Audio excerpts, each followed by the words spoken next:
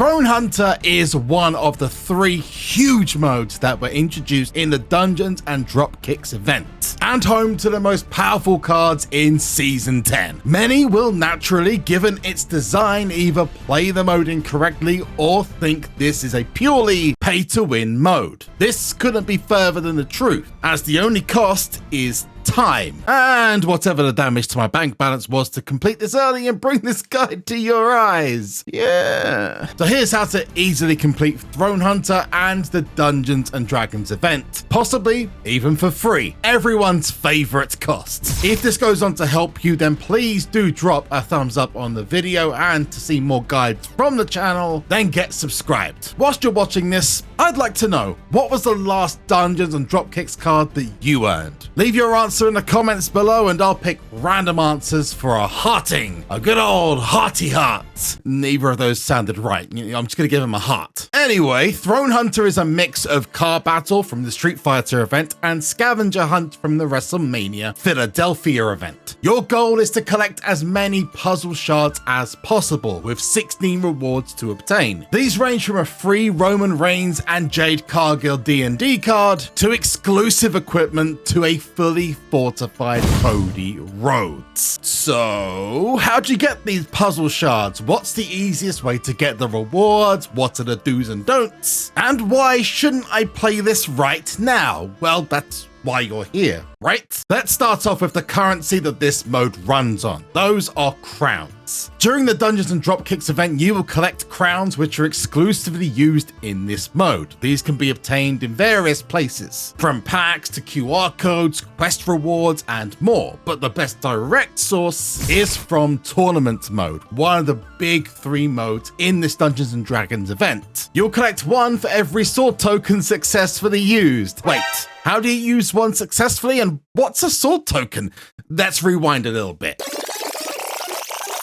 The currency that this mode runs on are crowns, which can be exchanged via a sword token. The sword tokens are available in various ways, like the draft board, free packs that refresh every 4 hours, paid for packs, Dungeon Smasher, QR codes, and the WWE SuperCard web store. Let's break that down a little bit. The draft board has no limit to how many sword tokens you can pull, so use spare super coins you've got if you have them to collect the tokens. The SuperCard web store, on the other hand, has 3 swords to collect per day by entering your player ID. These are free of charge, and you can also collect your daily streak here or in-game when it's available. That's really important, especially for a special piece of equipment that's about to drop there. The free packs have between 1 and 2 regular chance swords in each pack, which is a total of up to 4 swords every 4 hours. There's also a very teeny tiny chance of pulling 20 swords from each pack, but I've only seen it twice. And QR codes happen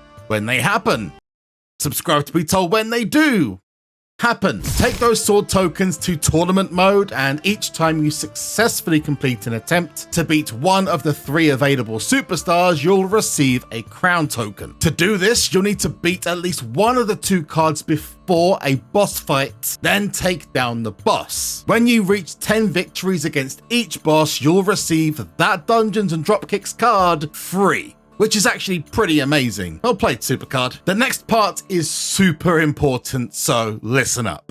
Do not, under any circumstances, play Throne Hunter until you've collected each of the 6 Dungeons and Dropkicks superstars twice. Why? Well, because you'll be wasting precious crown tokens, and they aren't easy to come by unless you hardcore no-life tournament mode. In Throne Hunter, you'll notice a shard multiplier section. Tap this to see the current multiplier and the 6 Dungeons and Dropkicks boss cards available from tournament mode. By obtaining 1 of each, you'll receive 1 star and a multiplier boost. Get the 2nd of each and pro the card to receive a 2nd boost. You'll want to max out to 24 times multiplier before even touching this mode. The difference between having that multiplier and not having that boost is staggering. Take it from someone who went and got the Roman Reigns immediately to get a pro, and wow, I wish I hadn't. Now we've done everything, we can take on Throne Hunter. Each crown you've collected can be exchanged for 1 move forward on the map.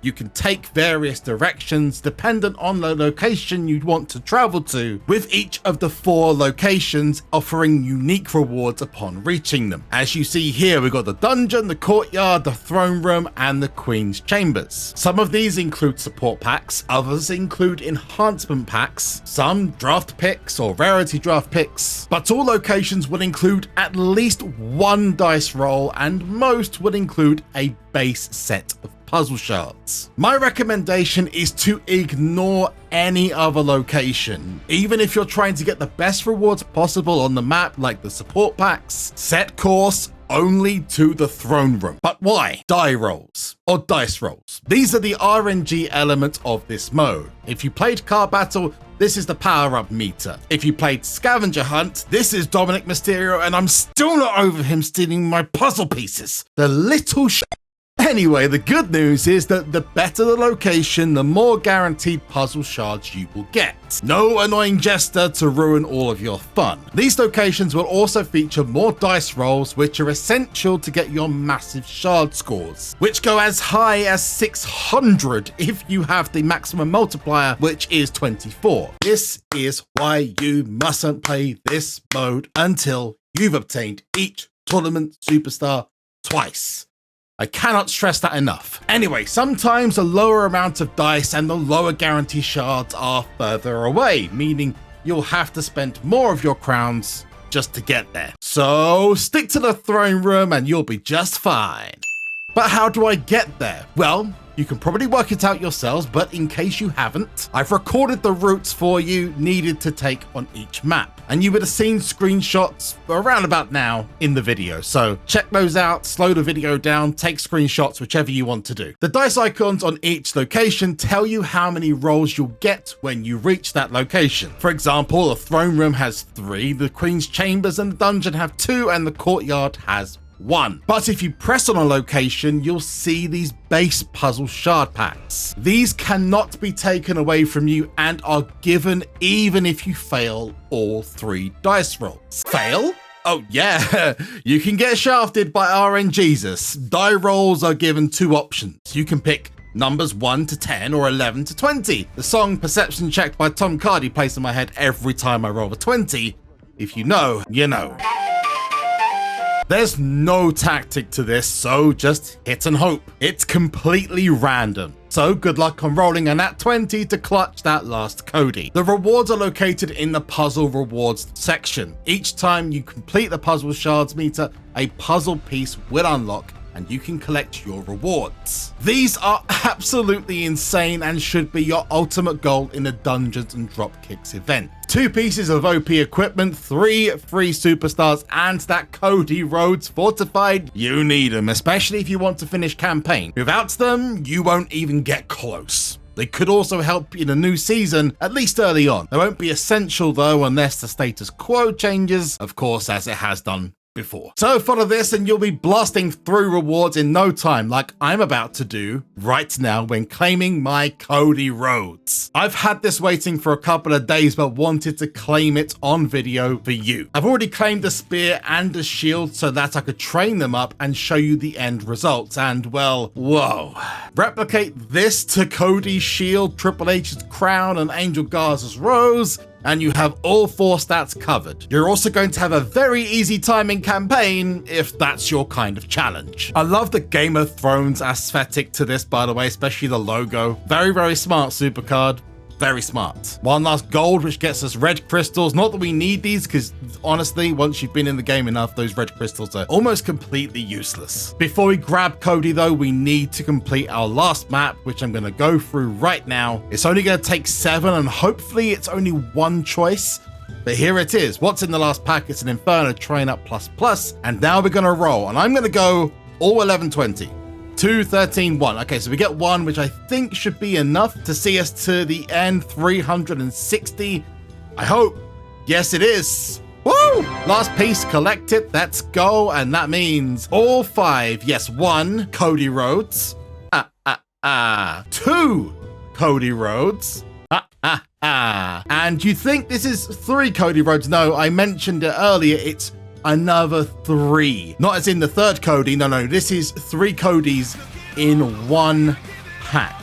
So you get an F3 guaranteed pro, and this is the only way that I'm aware of to get Cody, similar to how the only way of getting Triple H is through Dungeon Smasher. All the rewards done, and hopefully you're the same as me. Let's see just how powerful this man is. That's one card down, and we're gonna get a second one, because for speed purposes, I'm gonna just go ahead. Don't do this. Use Royal Rumble or other modes, but for me, this is just the fastest way of doing it for video. So step one, get it pro. There it is, beautiful. Love the pro animation. You know what, this reminds me of an Overwatch character. I can't remember the name. Reinhardt, that's it, that guy. It reminds me of him for some reason, and his armor's nowhere near as bulky. I don't know, it just gives me that vibe. Now we're gonna add the other cards to him. That is number 1, number 2, and number 3. Now he's an F3.